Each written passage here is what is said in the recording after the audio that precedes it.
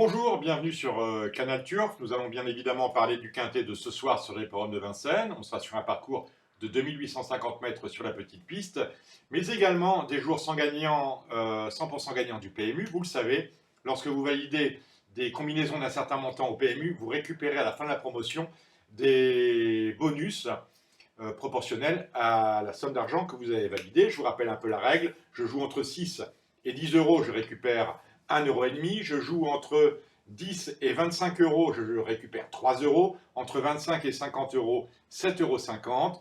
De 50 euros à 100 euros, c'est 15 euros qui viendront abonder mon compte. Et enfin, pour des jeux de 100 euros et plus, vous récupérez 45 euros. On est bien d'accord que les jeux dont je parle, ce sont des combinaisons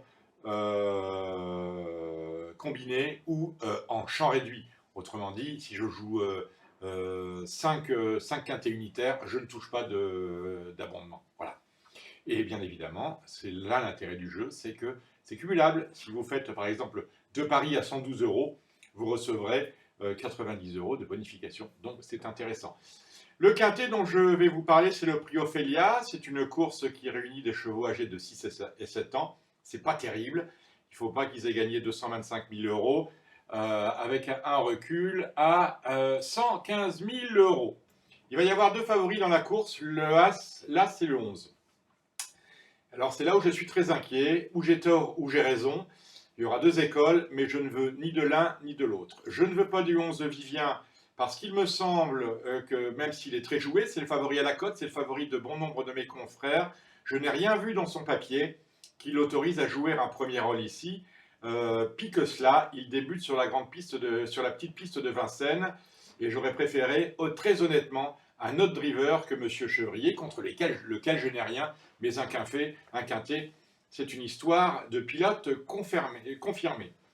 Idem pour Ulysse du Mazza, déféré des 4. Alors là, c'est l'emballement absolu aussi, voilà, je ne sais pas pourquoi. 2/5e place à la Capelle. Il y en a qui ont vu un futur gagnant de quintet sur la petite piste de Vincennes.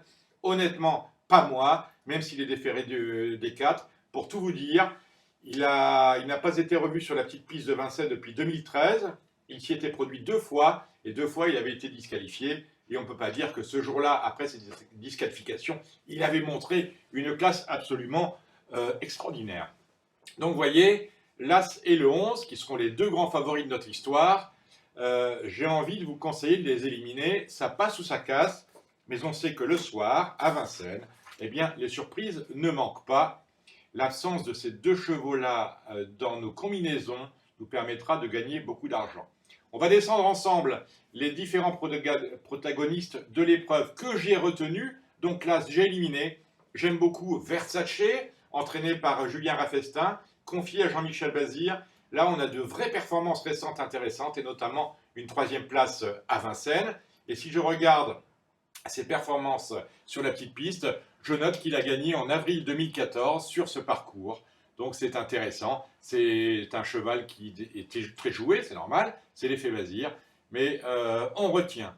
Le 3, 20 ans Claude, qui dépend d'un entraîneur extrêmement sérieux, entraîneur driver d'ailleurs, Romain Derieux, rien à dire de ce côté-là. Lui se prévaut de 2 beaux accessites, l'un en juillet sur l'hippodrome de Cannes-sur-Mer sur longue distance, et la dernière fois dans l'autostart à la Capelle, c'était le 25 août dernier, dans un lot qui franchement tenait la route. Il avait d'ailleurs devancé Ulysse du Mazza qui s'est lancé en seconde ligne. Et je vous ai dit pourquoi je ne retenais pas Ulysse du Mazza. Donc attention à ce 20 ans Claude. Direction le sud-est avec une candidature intéressante, celle de Ulsoff que présente Junior Gelpa.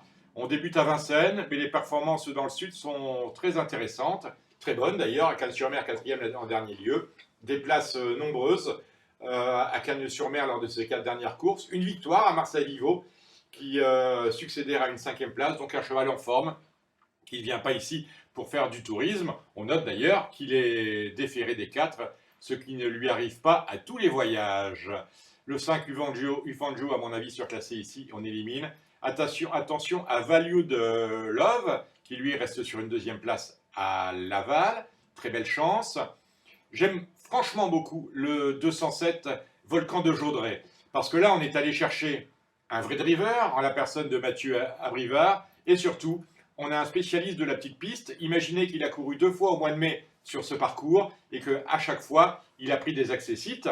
Une fois, je crois que c'était avec son entraîneur dans une course, entre guillemets, d'amateur. Non, c'était avec son amateur JP Bazir, il a terminé deuxième. Et il avait gagné dans un lot qui, franchement, était très intéressant et qui vaut bien sûr celui-ci. Il avait gagné le 29 mai. Donc ce numéro 7 avec Mathieu, c'est une première chance. On n'élimine pas le 8. Vougeot du Mouriez, là encore, bon spécialiste de la petite piste. Il s'y est produit trois fois. Il a pris des places. J'adore, comment vous le dire, le 9 Viscount, qui avait terminé d'ailleurs dans la course qu'avait gagné Volcan Jodré. Il avait terminé à sa hanche.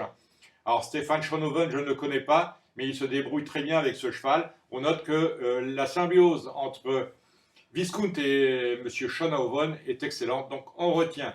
Verdi Tillard, je l'aurais mis en tête si l'entraîneur avait choisi un driver. Au lieu de cela, c'est lui qui le mène. Bon, voilà, il est déféré des 4 pour la première fois. Ce sera tout ou rien. Vivien, je vous ai dit ce que j'en pensais. Alors Vasco de Gros me pose un problème. Déféré des 4, ce n'est plus le même cheval. Et il trouve ici un engagement hors norme, mais lorsque vous faites le papier, il a beaucoup couru sur l'herbe. Toutes ses performances récentes ont eu lieu d'ailleurs sur cette surface. Et je crains qu'il soit pris de lenteur, qu'il souffre de lenteur dans cette course. Il faut savoir que normalement, ce quintet va se gagner sur le pied de 14, et lui a un record de 16 effractions. Voilà, tout ou rien. Je le retiendrai dans un second choix. Le 13 Undici, c'est le plus rapide sur le parcours, mais à mon avis, il n'y est pas. Le 14 Univers de D12 sera très joué parce que Franck Nivard, parce que Thierry Duval d'Estaing, mais sur la petite piste, je m'en avoir. Et je n'en retiendrai finalement qu'un seul concurrent au deuxième échelon, le 15 Hulk du Las Vegas, qui est un peu ici dans son jardin. C'était pas mal la dernière fois sur l'hipporome, je crois que c'était Anguien. Et j'élimine également le 16 Ustang du Doigt. Donc vous voyez, j'en retiens 10. J'en retiens 10. Eh bien, je ne vais pas vous demander de jouer 10 chevaux, ça coûterait beaucoup trop cher. Donc je vais éliminer le 8 Vougeot du Mouriez et le 12 Vasco de Gros à mes risques et périls. On avait déjà cassé, là c'est le 11. Vous allez jouer 12 € pour récupérer 3 € de bonification avec les combinaisons 2, 9, 7, 15, 10 et 6. Vous allez jouer 7 chevaux, 42 € pour en récupérer 15 avec les numéros 2, 9, 7, 15, 10, 6 et 4. Et enfin, vous avez un peu d'argent, vous voulez investir, ça va payer, ce quintet-là va payer, ce n'est pas possible autrement. Vous allez donc valider pour 112 € avec une bonification de 45 € la combinaison 2, 9, 7, 15, 10, 6, 4 et 3. 2, 9, 7, 15, 10, 6, 4 et 3. Voilà pour ce quintet en nocturne qui va payer, je pense, beaucoup d'argent. Je ne cesse de vous le répéter depuis mon irruption chez vous. Je vous souhaite de bons jeux, une très bonne soirée. On se retrouve demain pour parler d'un quintet, cette fois sur la grande piste de Vincennes. À très bientôt. Au revoir.